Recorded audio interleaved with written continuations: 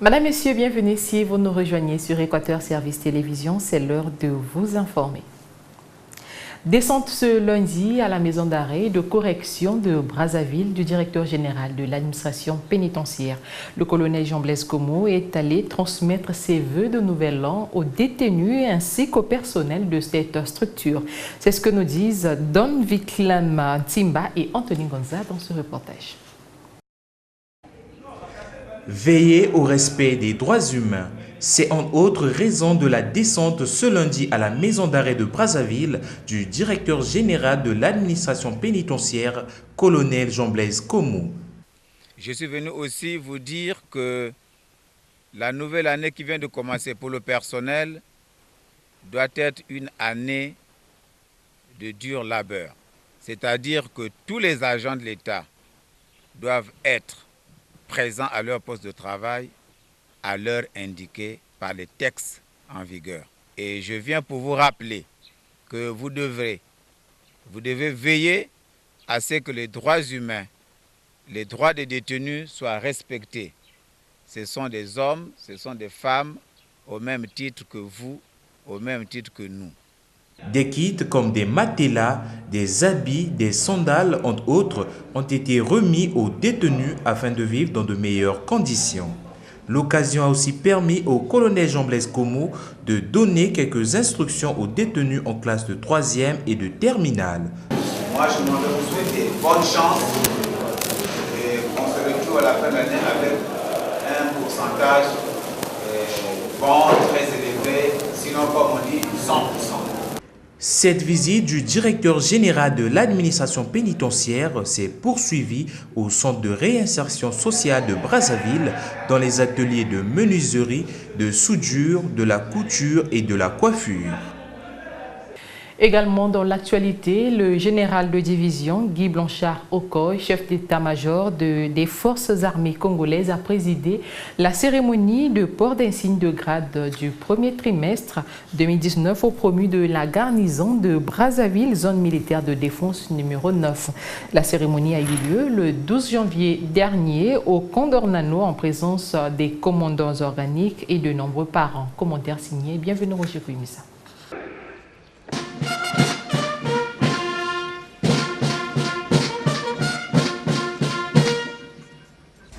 Ils sont près de 400 agents des forces armées congolaises, officiers et sous-officiers, des différentes composantes, à savoir l'armée de terre, l'armée de l'air et la marine nationale, tous issus des 3 groupements urbains territoriaux de la zone militaire de défense numéro 9 qui ont été promus au grade supérieur.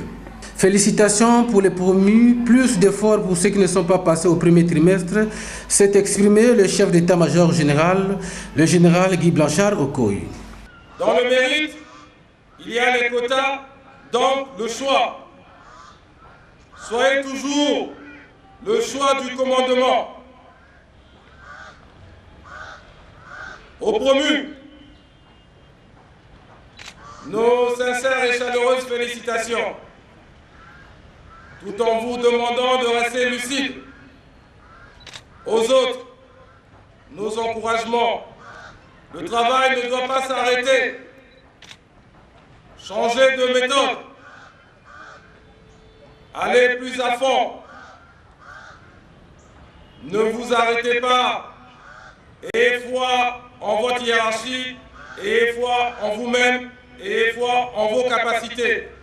Le chef d'état-major général a saisi cet instant pour relayer le message du chef de l'État, Denis Sassou Nguesso, lors du réveillon d'armes. Faire beaucoup avec peu. Le président de la République, chef de l'État, chef suprême des armées, lors du réveillon d'armes 2018, le président de la République a eu ces mots à l'endroit de ces infatigables travailleurs. Honneur et dignité. Mais le président de la République a aussi dit, il a rappelé une notion qui lui est chère, faire beaucoup avec peu. Nous devons aussi respecter nos engagements sur le plan de la discipline, sur le plan du renforcement des valeurs morales, l'ardeur au travail, tout cela tout en étant unis. Satisfaction des promus. Pour moi, c'est la joie parce que être choisi parmi les premiers, c'est pas de moindre parce qu'on a traversé des étapes. Le chef nous a fait confiance. Dieu aussi est avec nous. Le chef d'état-major général a rappelé aux agents des FAC que l'avancement se fait par rapport au mérite, avant de les exhorter à l'instruction et à l'entraînement. C'est une parade militaire qui a bouclé cette cérémonie.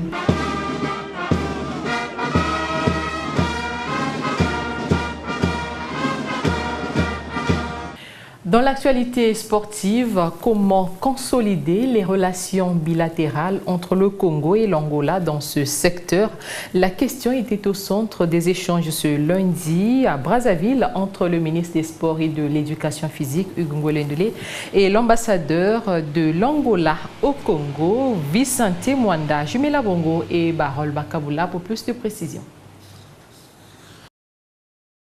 L'ambassadeur de l'Angola au Congo, Vicente Mwanda et Hugues Ngolendele, ont échangé sur la consolidation des relations bilatérales qui lient les deux pays et sur le renforcement des accords du sport entre le Congo et l'Angola. L'ambassadeur de l'Angola au sortir de l'audience.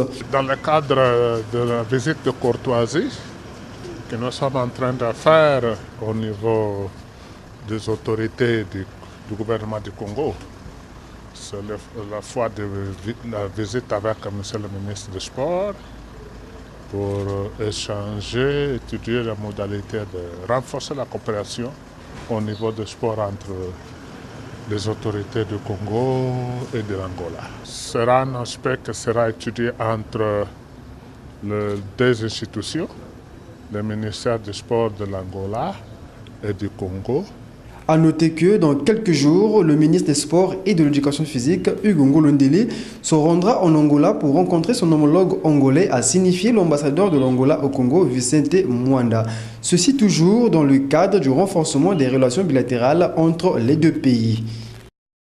Après une longue période de querelles et de divisions, l'heure est à présent à la réconciliation chez les amoureux du taekwondo congolais. Et pour marquer la fin des déchirements, la commission départementale du dialogue de Brazzaville a réuni dimanche dernier tous les taekwondoïstes, ou presque, de la capitale. Objectif affiché, dénoncer le mal qui gangrène cette discipline et mettre en place le corps électoral de Brazzaville avant la tenue de l'Assemblée générale élective.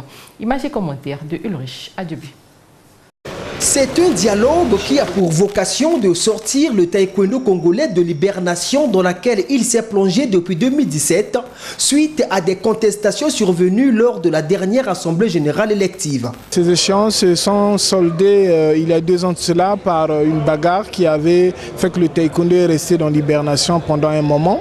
Et les acteurs de taekwondo, après avoir pris le temps de digérer tout ce qui s'était passé, ont pris la résolution de s'asseoir, dialoguer ensemble, trouver les pistes de solutions pour un lendemain meilleur pour le taekwondo. Loin d'être un procès, mieux un jugement, ce mbongi inter-taekwondoïste se veut un moment de dépassement de soi afin que ce linge sale soit lavé en famille. Pour les assises proprement dites, la présidence a été confiée aux représentants du ministère de la Jeunesse, seule autorité qui a répondu présent à l'invitation de la commission.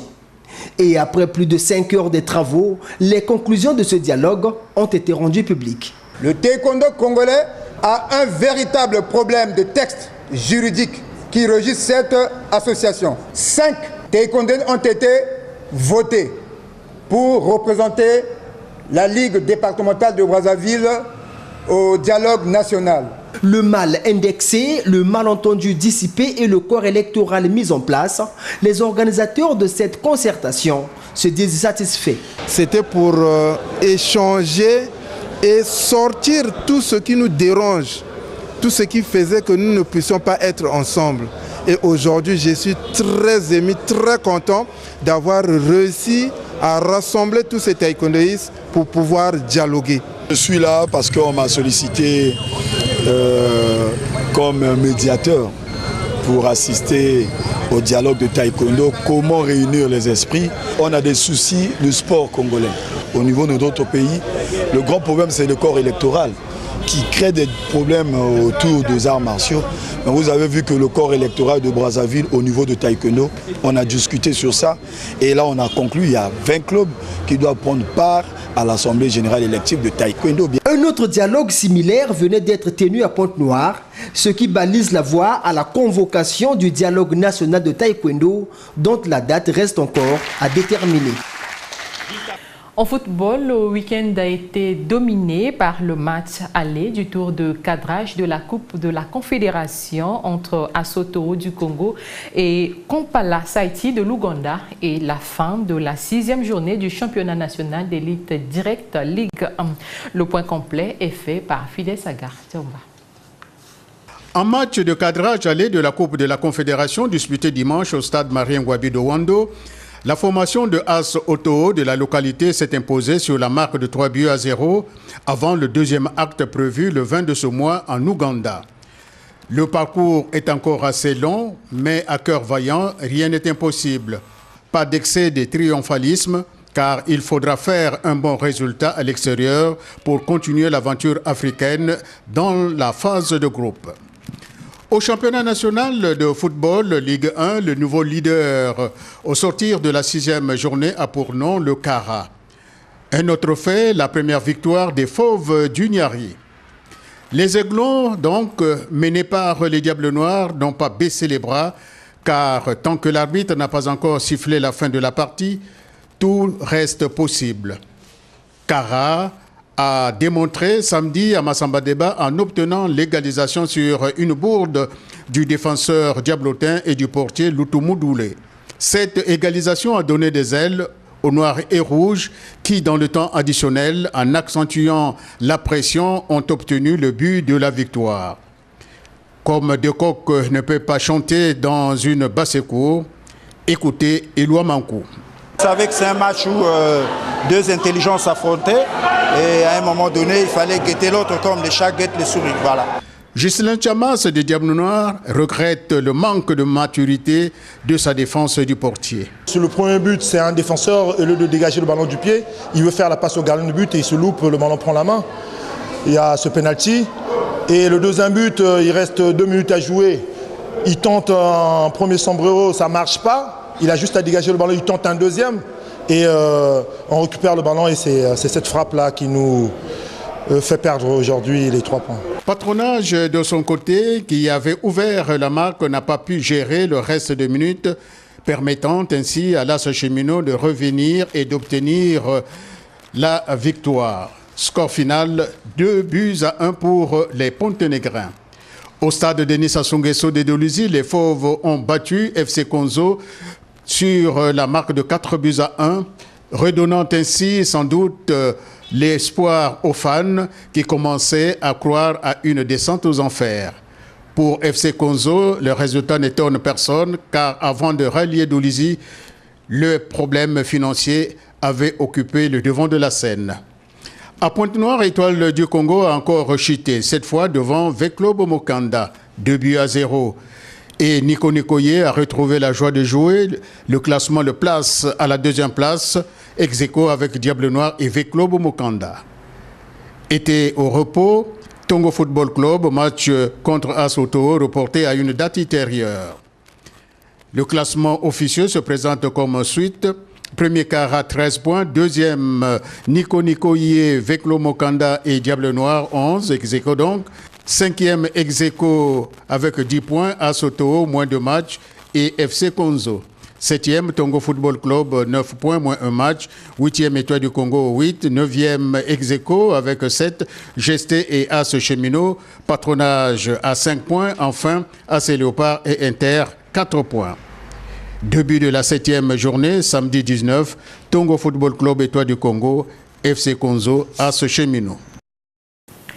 Changeons de chapitre. En bref, le ministre du Commerce, des Approvisionnements et de la Consommation, Claude-Alphonse Silou, a pris le 4 janvier 2019 un arrêté réglementant la commercialisation du pain et des produits de pâtisserie en République du Congo. Cet arrêté précise que la vente du pain et des produits de pâtisserie se fait par circuit direct du fabricant au consommateur dans la boutique de la fabrique ou par circuit court liant le fabricant, le détaillant et le consommateur. Si le transport pour la livraison et la vente du pain et des produits de pâtisserie est réservé aux personnes physiques de nationalité congolaise, la distribution, elle, doit se faire dans des conditions d'hygiène adéquates par des moyens de transport appropriés consacrés exclusivement à cette activité. Et c'est la fin de cette édition du journal. Merci à vous de l'avoir suivi. Au revoir.